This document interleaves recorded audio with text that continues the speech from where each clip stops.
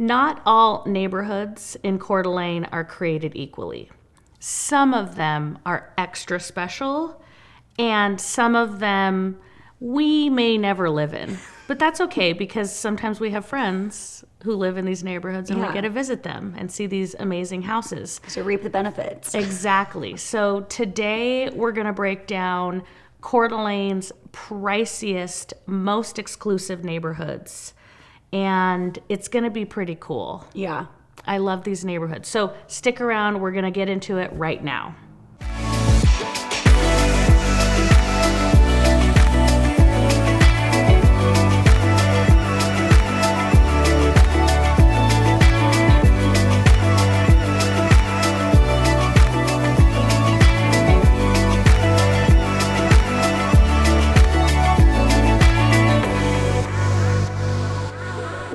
Okay, welcome back to another segment of our show where we tour around Coeur d'Alene, talk about the real estate market.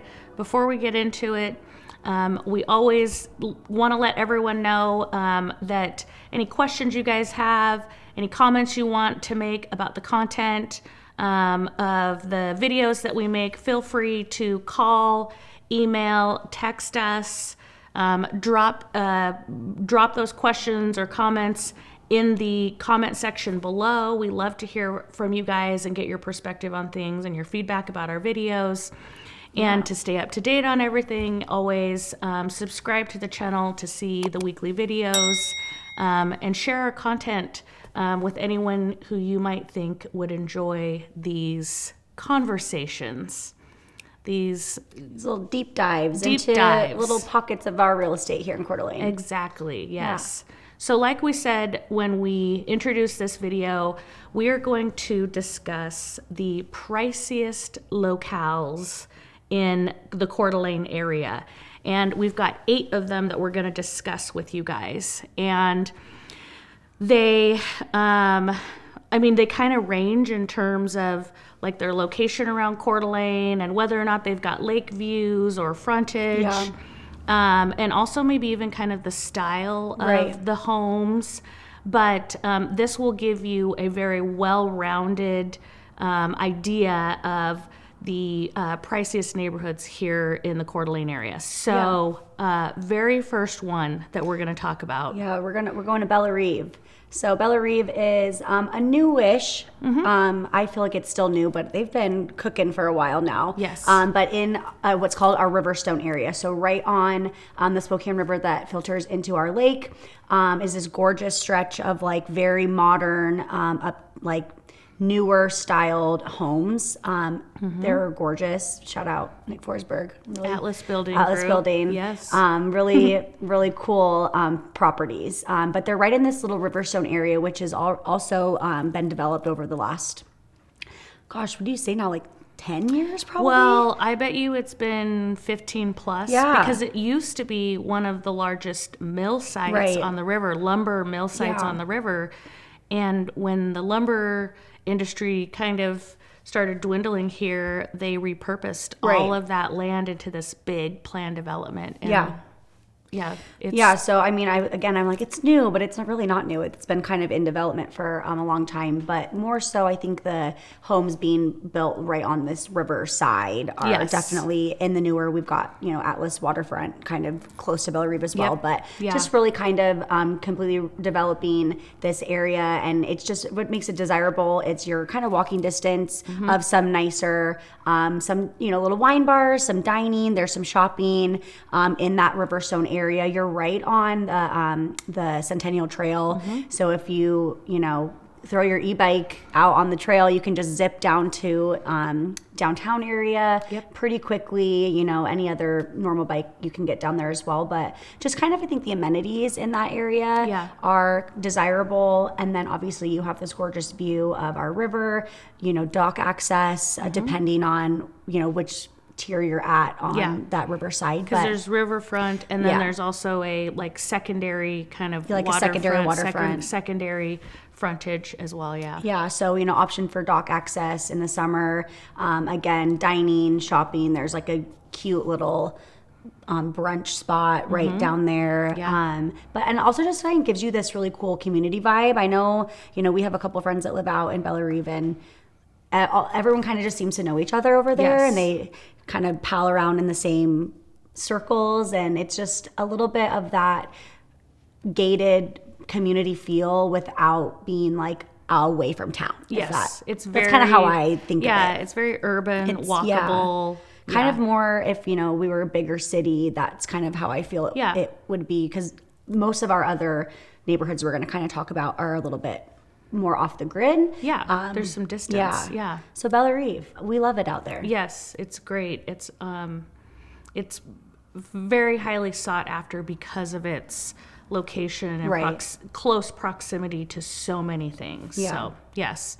So next neighborhood on the list is Mill River. Mill River kind of gives me, it's older than Bellerive to a certain extent. They were kind of all planned in and around the same time, but Mill River took off more quickly than Bellerive did. It's west of Bellerive. It's on the very edge of Coeur d'Alene and Post Falls, and it's on the Spokane River. So this is still riverfront living. And, you've got your riverfront mansions with their docks, and they're just beautiful homes. And then you've kind of got this, the secondary kind of neighborhood behind all of it that's not on the river, but they've got like a private park that's on the river. You can get in, paddle boarding, kayaking, canoeing. Yep. And then obviously the homes that are on the river, they're, $3, $4, $5 million homes. They've got their own docks. So, you can have that riverfront lifestyle, but the price of entry into these neighborhoods is definitely very high. Yeah.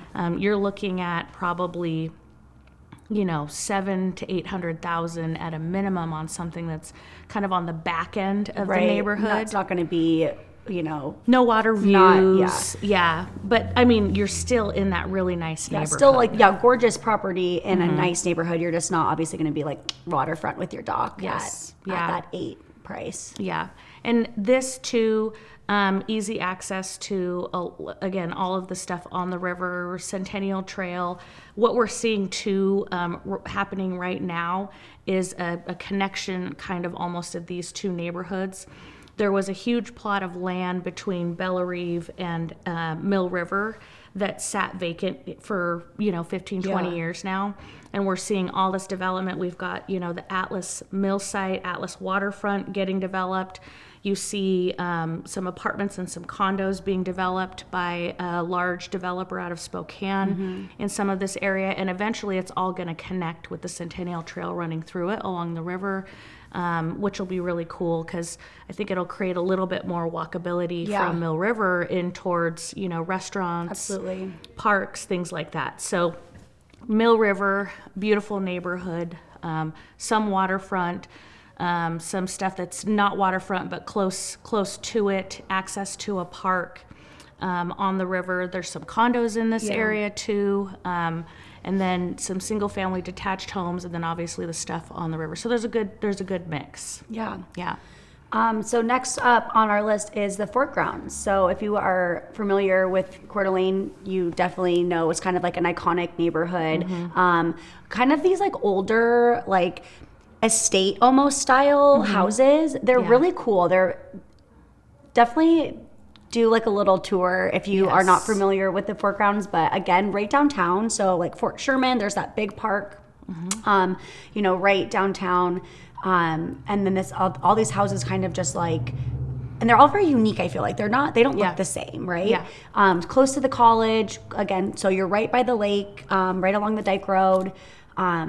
I think, again, just kind of location-wise is a big one for the Fort Grounds as well, because you're right in the heart of downtown. Your walkability is like 10 out of 10. Dining, restaurants, recreation activities. The NIC beach is right there a lot more. All of the, like, parades and, like, Coeur d'Alene, Art on the Green. Yeah, kind of happens, like, right in the heart of the Fort Grounds. So I think that for most people, it's a location thing. The houses, again, as you get more into downtown, if they haven't been completely redeveloped, they're all going to be these older, like early 1900s homes. So they have that kind of like historic charm almost at this point, and they're very cool, and you don't have like one house that looks the same next to each other again, unless you've kind of like completely rebuilt on a lot. But in the foregrounds, we haven't really seen much of that happening. It's still kind of these older, more historic looking original, like beautiful homes. So and again, the lots are bigger for downtown. I feel like in the foregrounds, so you know, bigger properties, just unique architecture, I think, in general. I had a friend that grew up in the foregrounds, and we just like loved doing like bike ride tours, like to see the different houses. It's just like interesting. I love driving through the foregrounds. It never gets old. And I think that as like from a tourist standpoint or a visitor standpoint, it's like in the summertime. That's the other thing, is this neighborhood is very pedestrian in the summertime. Because you've got all these events going on. You've got the lake and the beaches right there, the parks. And then once you're in the park and you're on the beach, or you're going around by the college, you start seeing all these really amazing houses, and you're like, we need to go for a drive through here. And the streets are all, you know, I mean, they're kind of narrow, and they're all tree lined, and the houses are big, and it's just like, it's such a beautiful, beautiful neighborhood. And I think the historic aspect of it too, because when Coeur d'Alene, you know, before it was Coeur d'Alene, before it was what it is today, the government sent a group of they created a military base here where NIC is, North Idaho College, and that's why it's called Fort Grounds, because it used to be Fort Sherman, and like Sherman Avenue is the main drag through downtown. So some of these old houses in the Fort Grounds and around campus are old, like barracks and captains, or like leadership quarters, things like that. And also from a historic standpoint, back in the day, the lumber barons and the steamboat barons and the mining barons, like some of these really influential people in our community built homes in this neighborhood in the Fort Grounds, and also Sanders Beach, which we're going to get to next. But the historic aspect of it still lives there, and I think that just makes the neighborhood so like cool and eclectic. It's special. Yes, very special. So that takes us to a segue into Sanders Beach. We love Sanders Beach. I feel like we talk about Sanders a lot, but rightfully so. It's a really cool. Exactly. We love Sanders Beach. Yes. And Sanders, I mean, you call it Sanders Beach, you call it Sanders, you know, if you're cool. If you're local. But Sanders Beach is the neighborhood kind of on the east side of downtown, which butts up from like Sherman to the lake, and it's very specifically, like, if you wanted to get real nitpicky about it, from Front Street to the lake. Tubbs Hill, you know, is kind of, and McEwen Park are kind of the epicenter of downtown on the lake area, and this is everything east of that. There's a marina down there. People can own those boat slips. Golf courses out. Golf course. Out. Yes. Yeah. So like sandwiched between like the golf course and Tubbs Hill. This too, like we mentioned with the Fort Grounds section, is very eclectic, lots of old homes. Also, like historically, I'm a big history buff, but historically, this end of town, where the resort golf course was the other big lumber mill in town before they made it into the resort golf course. And there's lots of these little teeny tiny houses all around Sanders Beach, and those were for the lumber mill workers. And, you know, they're turn of the century, 1900s, you know, 1910, 1920s era houses, and they're all just these little bungalows. So like you'll drive around, and you don't really see that in the Fort Grounds, but you get into Sanders Beach, and you can have this, you know, fairly new, updated home, and right next door to it, it's like this little, like, 2-bed, 1-bath bungalow. It's just, the mix of houses is even more eclectic, but it's just very cute, too. There's tons of... It's like tiny little cute houses. And, like, all the streets kind of go in different directions, you know, driving directions, and lots of walkability. I do want to mention, which is kind of strange, but I love it. Someone a number of years ago let some domesticated bunnies. Oh, yes, the bunnies. Out. Yes, someone let domesticated bunnies out, and they have bred, and they live, and they're like feral now, but they're so cute. There are bunnies everywhere around Sanders Beach. Yeah. And with the proximity to Tubbs Hill, you see lots of deer and turkeys. Oh, I was going to say, bunnies and turkeys are everywhere out there. There's like gangs of turkeys. Yeah. Yeah. And so it's funny to get this mix of like wildlife out there. You've got just such different styles of homes. And again, Sanders Beach, obviously like the secondary beach over there is pretty cool. It's not typically, I mean, in the past it hasn't been as crowded as like the city beach. Now obviously with what we've seen over the last couple of years with our growth, definitely a lot more of a happening spot, but it's still just kind of cool to be able to go to a different part of like the beachfront or on the lake that's not like just straight up city park. But yeah, just kind of a cool little like different area.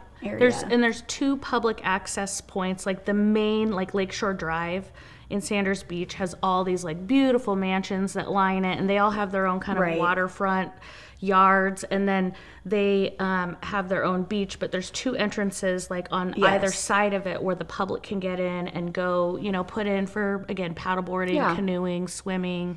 Yeah, because again, there's not a ton of like big boat activity, I feel like, that goes on over there, because you know, you do have the marina, so you're no wake zone for however long, but kind of like in this little bay almost right by where the resort golf course is. Again, people kind of like slow down, I feel like, in their boats because they're looking at the houses, right? We kind of talked about that in a previous video, you know, like the lookies looking for the lake properties. But so I feel like it's a good spot, you know, for your paddleboarding, your kayaking.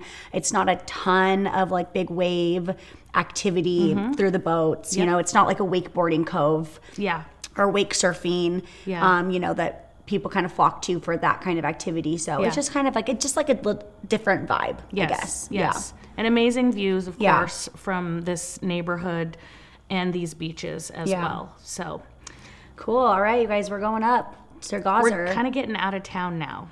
These are we're going around the lake. So I'm probably 89% sure that most of you have heard of like Gozzer Ranch at this point.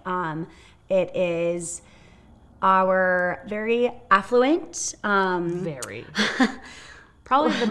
the most. I think this is affluent.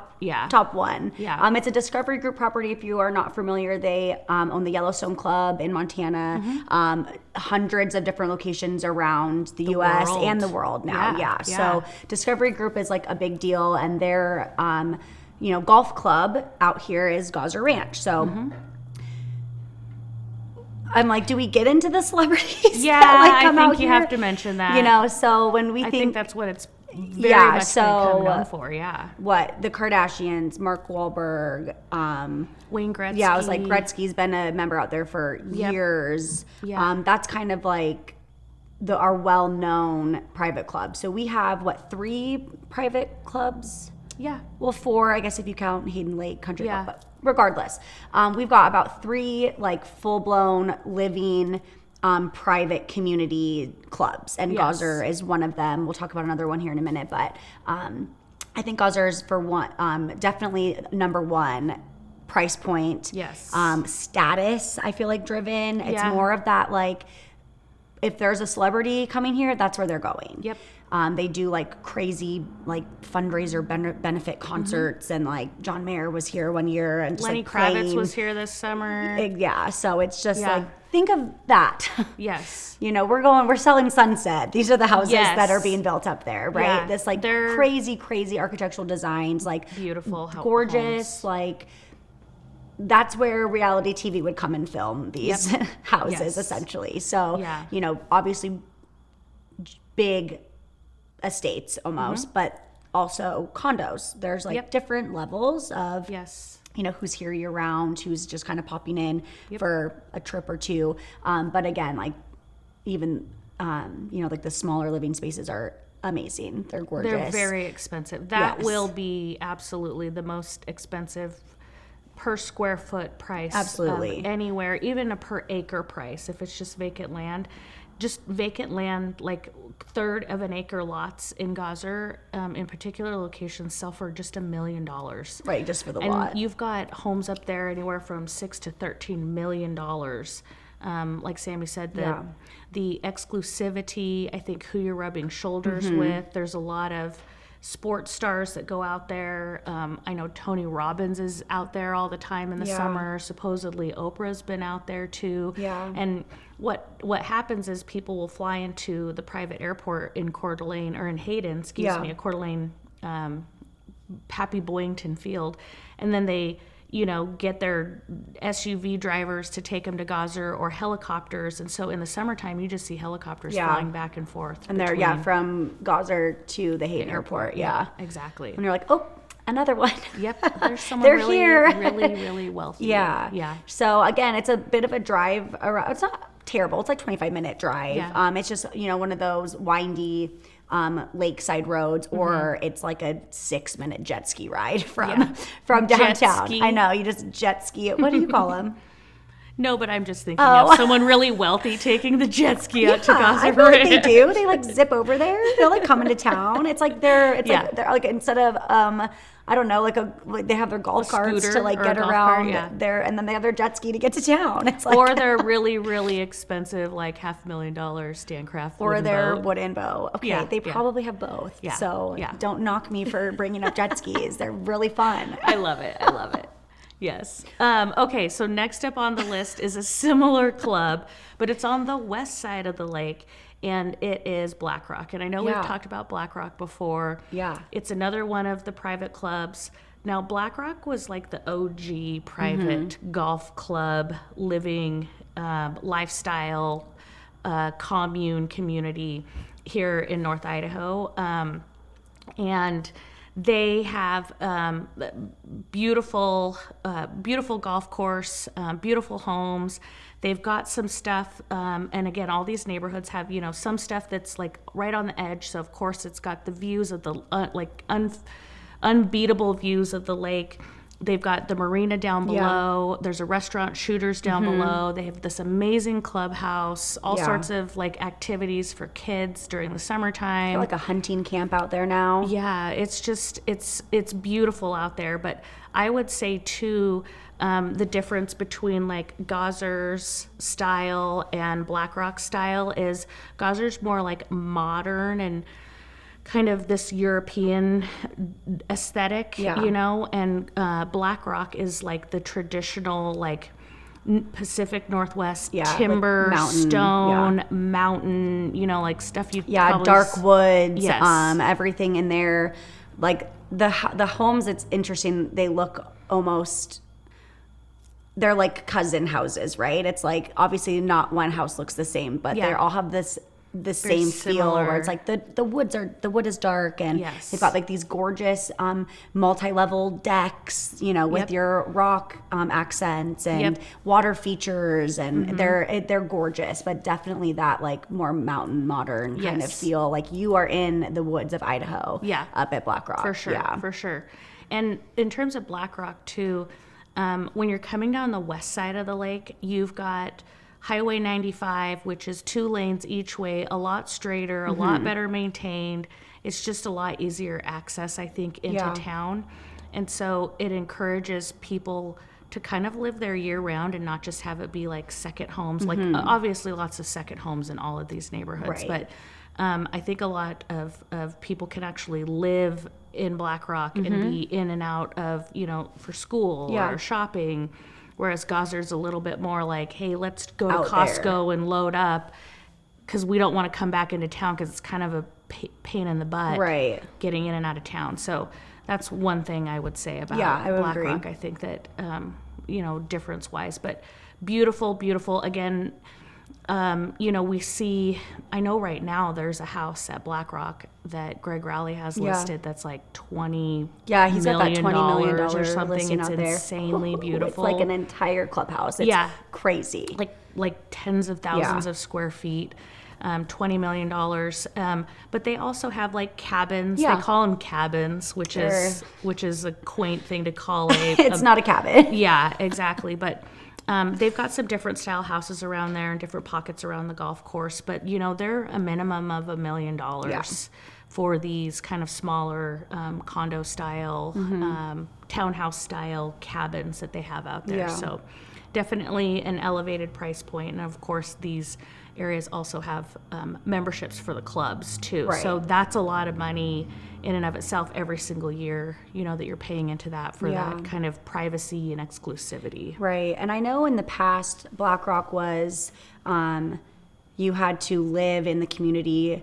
Yeah, own property. To be a member. But they, when they restructured a little over, probably close to 10 years at this point now, when they restructured, you can be a member out at BlackRock and live in town, right? Which I think is kind of what Lindsay was getting at earlier, where, you can be a member at this facility, use clubhouse, gym, pool, stuff like that, and maybe not necessarily live in the gated community of BlackRock, but then again, it's a little bit wider spread out. I feel like it's they definitely have more space out there. Yeah, it's for sure. a lot more spacious. It's a little bit more like kind of country mountain feel, like the hills and stuff like that are out there.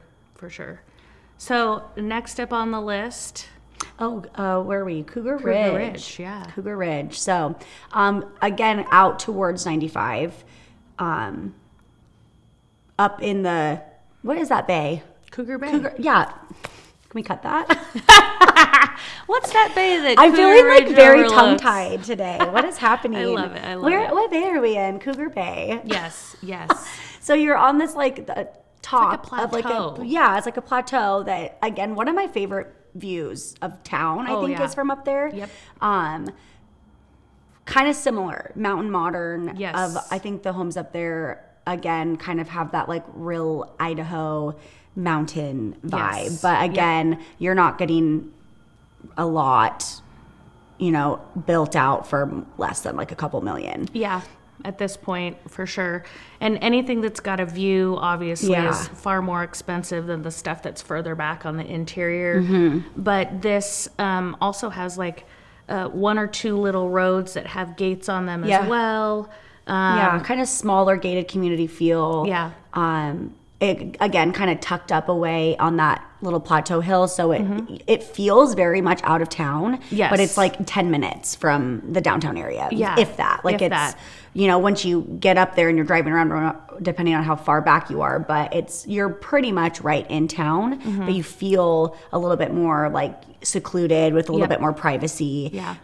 But with, again, all of the closeness of your restaurants, your grocery stores. Absolutely. Things like that. So it's kind of a cool little middle point, I feel like, of still getting kind of best of both worlds. Yeah, out of town, but in town. The other thing I would say too about Cougar Ridge is you don't, I don't think you can understand the scale or the depth of the neighborhood just from driving down Highway 95. Right. And because it's kind of all hidden back there. Yeah, it's kind of a little bit hidden. You do see a couple of these really nice fancy mansions on the hillside that have these amazing views. Yeah. But it actually goes back pretty far, and every single home in here, the HOA obviously controls, the style of home and the size of the home. Is kind of similar. Yeah. But it's just a gorgeous, high-end neighborhood, close into town. Yeah. And you don't see that a lot, actually. Tall ceilings, very kind of open concept and everything. Yep. Again, dark wood stones. Yep. All of that. It's very pretty. It's beautiful. Yeah. It's beautiful. So then this takes us to the last neighborhood on our list. And I would say of all the neighborhoods, this is actually the oldest neighborhood. It's Harborview Estates. And Harborview Estates is on the west side of the lake. And you have to kind of get to it through, so you go south on 95. You go east back towards the lake. And it sits kind of above Kidd Island Bay, and the majority of the hillside that the homes are built on look out towards Arrow Point and Gozzer.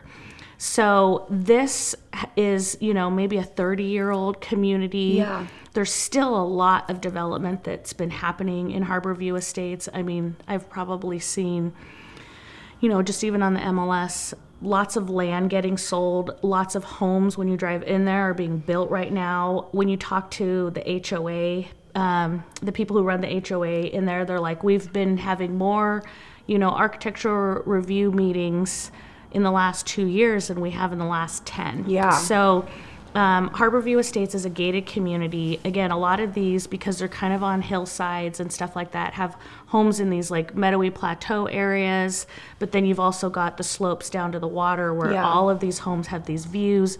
And when you're on the water, kind of going south on the lake, you've got Arrow Point on the east side of the lake, you've got Harborview on the west side of the lake, and it's just these gorgeous mansions that are on the water. Yeah. They've got a marina in there for the residents, and there's even a gated community within Harborview Estates called Stevens Point, and that in and of itself, I mean, those are $6+ million homes on the water. They're just amazing, and it kind of comes around on the kind of north side of the tip by Kid Island Bay, and you have views of Tubbs Hill and the resort and the golf course. I mean, the views from Harborview Estates are pretty unbeatable. Yeah, it's pretty cool over there. I mean, they're the most expansive. It's not just like of one thing that you see. It's so many things. But lots of estate-style homes, really large. Yeah. 3, 4, 5,000 square foot homes. And that's the way that it was intended to be developed, was to cater to these consumers that want, this privacy and this exclusivity. Right. This was kind of the first, like, exclusive, mega gated community here in the Coeur d'Alene area. Yeah. So definitely can't beat those views. They're so, oh my God, they're insane. They're amazing. Every time I go out there, I'm like, oh my gosh. I was like, oh, that's right. I forget this is here. Yes. It's so nice. And it's tucked away. It's kind of hidden. You don't really know about it, which I think is kind of cool. So like, it's like the antithesis of Bellerive, you know? So those are the top 8 priciest neighborhoods in the Coeur d'Alene area. If you have any questions about any of these neighborhoods, or you've been in these neighborhoods and you've got something about this neighborhood that you love, throw it in the comments. We're always happy to take questions about these different areas of town. We talk to people about this stuff every day, all day, taking calls, emails, texts from people who are watching our videos, asking questions about finding areas like this. And obviously there's more stuff, but we're concentrating on Coeur d'Alene today. But let us know if you have any comments or questions about any of the stuff we bring up in these videos. Happy to take those inquiries and get you answers when we can. So thank you for viewing, stopping in to view the content this week, and we'll be back next week with a new video. Every week. Okay, bye. Bye.